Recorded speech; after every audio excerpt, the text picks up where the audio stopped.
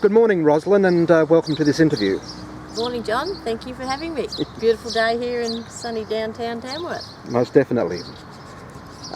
Roslyn, can you tell us when and where you actually met Reg Lindsay?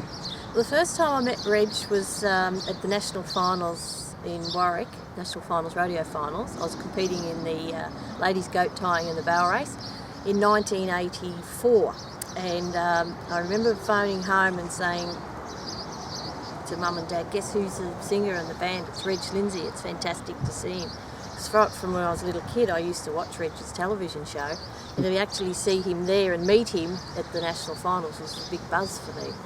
Then went on then to, I met him again at the finals, once again, rodeo finals down at Cootamundra in 1986.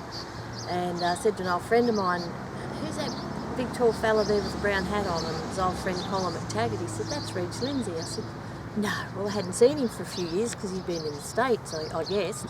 Anyhow, went over and said hello, and he said, yeah, I remember meeting you in 1984. Well, I thought that was fantastic. And so anyway, we ended up talking there and spent some time at the finals and exchanged numbers. He was on his way through to then going down to Adelaide, I think it was. And we went to the national finals dinner. There was a bunch of us went there, and Reg was there, and got talking, and that's sort of where I first met him. And went on from there, and we exchanged numbers, and said, well, next time you're in town we'll catch up. And he was flying in and out of Australia all the time, and yeah, so it was a nice meeting him there at the finals the second time. Cool. And when did you and Reg actually marry? We got married on the 12th of October 1998 on Brampton Island. Beautiful up there, and Reg was performing a lot on the island, and he said to me, would you like to go for a holiday to Brampton Island? I said, yeah, I'd love to. And so we went up there and had a week there, and came back, and I actually told my dad, I said, Reg and I are a bit more than just friends. And of course it steamrolled from there, and we got engaged, and then went back to Brampton and got married on the 12th of October. It was a wonderful day. Now, Reg made a huge impact in the US. Did he ever go back to the US while he was with you? Yes, we went back in, I think it was 92, we went back over, and he showed me all around Nashville, and met up with a lot of people that he performed with, went to the Grand Ole Opry, met Minnie Pearl, and Roy Acuff. I'm pretty sure he was still alive then, and Garth Brooks was just having that hit, Friends in Low Places, and we'd drive around and I'd turn the radio up and I said, they're just going to be a super hit. And he said, I think you're probably right. Anyway, it turned out to be a big hit. But yeah, we went all through Nashville and Austin, Texas, and he took me to a lot of the places he performed and met a lot of people that meant so much to him and thought so much of Reg to have him back over here all the time. And it was in 1995 Reg collapsed here in Tamworth. Can you tell us about that day? Yes, it was. It was the 25th of January 1995, and my parents were up, and we were staying just out of town, and the mobile phone service wasn't very good. And I remember Reg had an interview at about 8:15 in the morning. So of course got him ready and had a bit of breakfast and said, okay, well, I'll start the old fair lane up and we'll get ready to go. And then a guy came and banged on the window and said there's a guy yelling out for 32, and we were actually in cabins, and so we raced in there, and he collapsed on the floor, and hadn't had any illness before, nothing, no headaches, and it was a really terrifying moment. And of course the ambulance rushed him to hospital and then realised what had happened, and then airlifted across to John Hunter, and it went on for another 2 months before he could actually be operated on.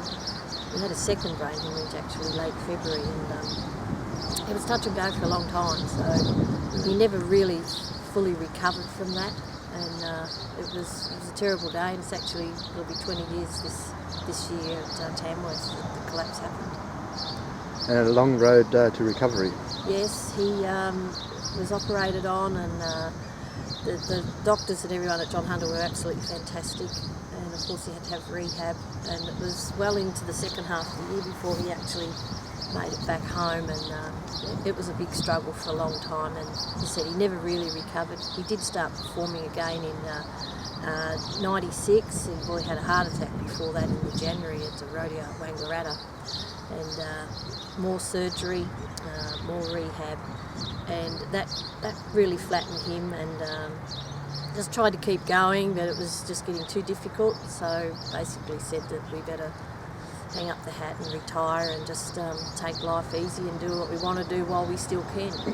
Now, Roslyn, at the awards night, I think it might be the following year after the collapse, Reg made a appreciation talk at the awards. Can you tell us about that? Yes, Reg was invited to come back up to the awards to get a chance to thank all his fans for supporting him through his illness, and that was in '95 at Tamworth, and that was when the awards were over in the old rodeo stadium over at the showgrounds, and the seating was on the arena floor, and Col Elliott introduced Reg, and it was a struggle for him to get on stage. He hadn't long been out of hospital after his heart surgery, and but he wanted to do it. He wanted to go and thank all his fans for the support throughout that last 12 months. And Col Elliott introduced him, and he got up onto the stage and thanked everyone. It was a standing ovation. I don't know how many thousand people were there on the night, but they all stood up and cheered. Reg thanked everybody and waved, and said that was fantastic. And it was all televised as well, so I thought that's going to be nice. We'll be able to keep that, and it was a big moment for him to be able to push through that illness to get there and thank his fans, which he really wanted to do. So he did that, and yeah, it was a very special night. But it was very disappointing actually that then when it was put to air, I'm not sure it was the following Saturday, it was a little while after, a week, maybe 2 weeks, I don't know, you know, quote me on that, but it went to air, of course had Reg all sitting up waiting, and watched the whole televised bit of the awards, and went through, and basically that bit was cut out of Reg thanking his fans, so it hit a raw nerve with me, because I thought, well, here's a man that was that well respected, and the people loved to see him go back there and thank everyone, and the powers be actually cut that out of the broadcast bit, so I wasn't impressed, and back then it was faxes, so of course I got on the fax straight away, and got on the phone the next day, and just really quite hurt that they could do that to him. And they said to me, well, they can't keep everything for the whole night in there, so some had to end up on the floor, but it just happened to be Reg's spot thanking all his fans. So it was very hurtful, and it shouldn't have happened. And Roslyn, here in Tamworth, Reg has been honoured with this plaque, the Roll of Renown, and a few other things. There's a wax museum there with Reg, and also a recent addition to the park, the bust. Yes, I haven't been down to see the bust as yet. Lorraine Fitzner does a great job with the busts of the different entertainers that have passed, and it's a very difficult job to put it all together, so I must go and have a look at it.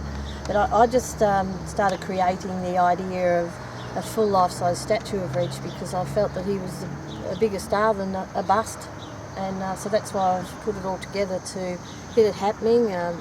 We're way over halfway of putting it together. The statue has gone into it's the final stage of bronzing will happen by the mid-year 2014. That's the plan, and Reg will be standing tall in bronze at the East Cessnock Bowling Club in Cessnock, his last hometown. So that was another reason why I'd like the big statue there. And he's playing a guitar, 6 foot tall. It'll be magnificent, and wonderful draw card for Cessnock, which he loved his little town there, and on his headstone it's where the fast lane ends, and pretty much that's what was on the front of the house where we lived there, just outside of Cessnock. So yeah, he has been honoured with the plaque here on the Roll of Renown. I might add that they've actually got the year wrong of his birth. It was 7/7/1929, and Reg used to have a bit of a giggle about that because it gave him an extra 3 years, so maybe one day they'll put that back together and change it to the 1929. And it'd also be lovely to see the date of his passing, which was the 5th of August 2008, so we'll try and get that happening too.